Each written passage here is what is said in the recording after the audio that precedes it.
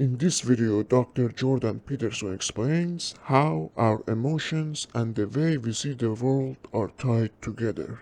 And then they look at it. And snakes in the wild, a chimp will go up to a big snake in the wild and hoot at it. They have this special snake, they call it a snake rat, and they'll look at the thing. And some of them will just look at the snake for like 24 hours.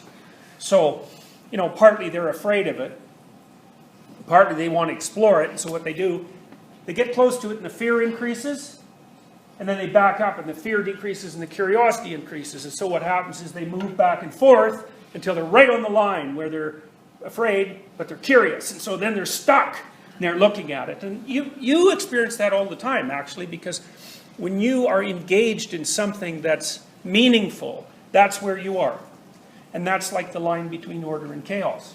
Because you want to solve it, it's important. Maybe you're reading papers about some illness that you hope to work on or study. It's like, well, you're worried about the damn illness, All you're doing is confronting it through the paper, so, you're fairly well sheltered from it, but you don't want it to exist, and you'd rather it wasn't around, but you're curious, so you're going to get engrossed in it. And most of you, to the degree that you're immersed in anything, are partly immersed because you perceive it as a problem. So, that's like existential anxiety in a sense. It's like it's just part of being. There's problems that have to be solved. They produce anxiety. They're complicated. You find a way of approaching them so that the anxiety doesn't overwhelm you, and so the curiosity is optimized. That's an incentive reward activation. And then you're awake because the anxiety keeps you awake, and so does the curiosity. And you think, yeah, this is a good place to be. And it is a good place to be because you're optimally protected right there and you're optimally learning. So yes, that's a good place to be. You could think about that as an answer to the Nietzschean problem of how you create value. You don't exactly create it, you find it. There's problems that need to be solved. They automatically engage your emotions, both positively and negative. You've got to find the right balance. And it's something like contending, It seems to me that human beings have to have something to contend with, or they can't tolerate themselves, because life seems like a stupid joke if you don't have something worthwhile to do. But you could have something worthwhile to do, and so then maybe it's not so stupid and absurd and tragic. And that's at least a good way to think about it. So you've got satiation on the one hand, on the positive side, and the behaviorists would have considered that an unconditioned response too. They really thought about that as reward initially. So you take a rat, he's hungry, you feed him something. Reward. Now Skinner, he used to train rats, right? And he was a very, what would you call it? Very well-renowned behavioral psychologist. And he could train rats to do damn near anything. And what he would do is starve them to 3/4 of their body weight, because then they were damn motivated. They were basically, hungry rats. They were hungry, lonesome rats, because they lived an isolated existence, which rats don't like, and then they were starved down to 3/4 of their body weight. So when the behaviorists used rats as a model for people, they actually used hungry, lonesome rats as a model for rats, as a model for people. And you might think, well, what kind of model is that? But it turns out it's a pretty good model, because you're a lot more like a scared, hungry rat than you'd like to admit, which is partly why you can empathize with one, right? Everybody's sitting there thinking, oh, the poor rats. And by the way, the more you thought that, the more agreeable you are. So how many people were feeling pretty sorry for those rats? Yeah. So how about men? How many men were feeling sorry for those rats? Oh yeah, about 3. Yeah. There's a big gender difference in agreeableness between men and women, by the way. So just so you know, we'll talk about that more. So now the behaviorists also thought that you had this primary set of rewards, call them unconditioned, and then you had to learn that some things predicted them. Like, classically, maybe rat would push a lever and get a pellet. As soon as he's pushing that lever like mad, he's pretty happy about pushing that lever. Okay, and he learned the conditioned association between lever pushing and getting a reward.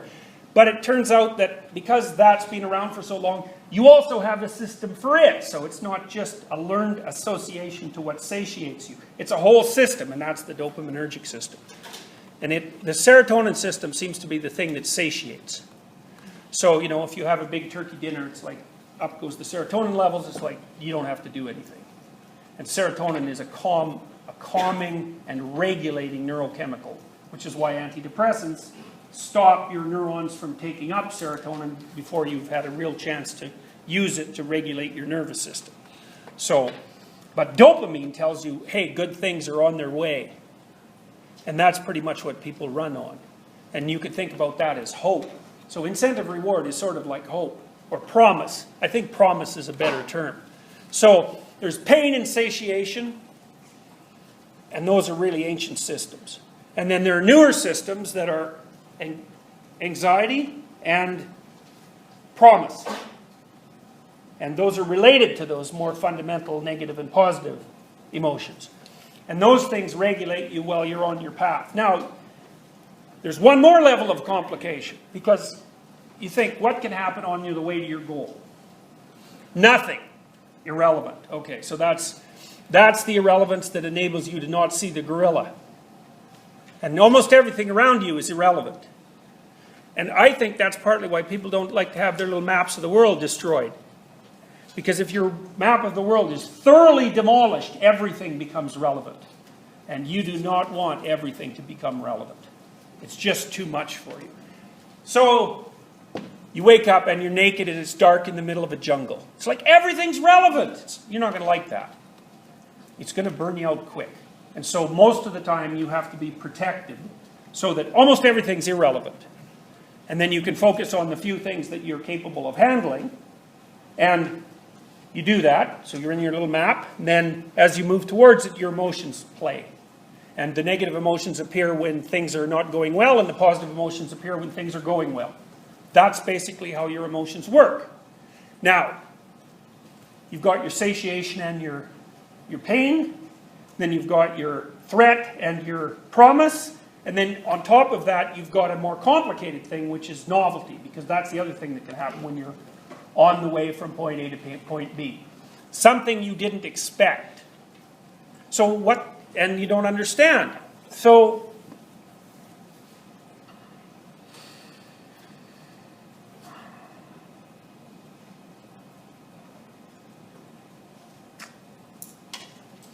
you're walking down the street and there's someone laying there face down on the sidewalk. And, you know, they're disheveled. And so, well, what's your emotional response? Well, you didn't expect it. So you're going to be taken aback a bit. That's anxiety. It's like you're moving towards your goal, the anxiety stops you. Now, you could think of the space-time area around that person as unexplored territory. Now, you don't want any unexplored territory in your map because God only knows what's going to happen there. Okay, so what are you supposed to do? Well, maybe you cross the street. You think, well, that person's drunk. Or maybe you think, well, they're a homeless person. Maybe they're lying on a sleeping bag. You think, well, they're just asleep. You know, you're going to stop, and then you're going to observe, and then you're going to use little cues to try to put your map back together. And your map is, what's going on here and what should I do about it?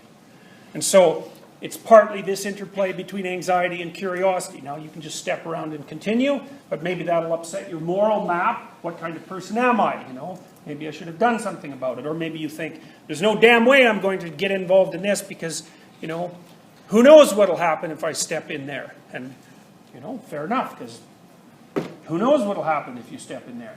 The point is that it's like your map, which has made everything irrelevant.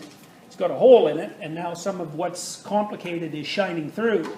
And that thing that's shining through, so that's like what the phenomenologist talked about as shining forth. That thing that's shining through, it's like you don't know what to do about it. What should you do? Well, you should do what you do, and what you do is you prepare to do everything.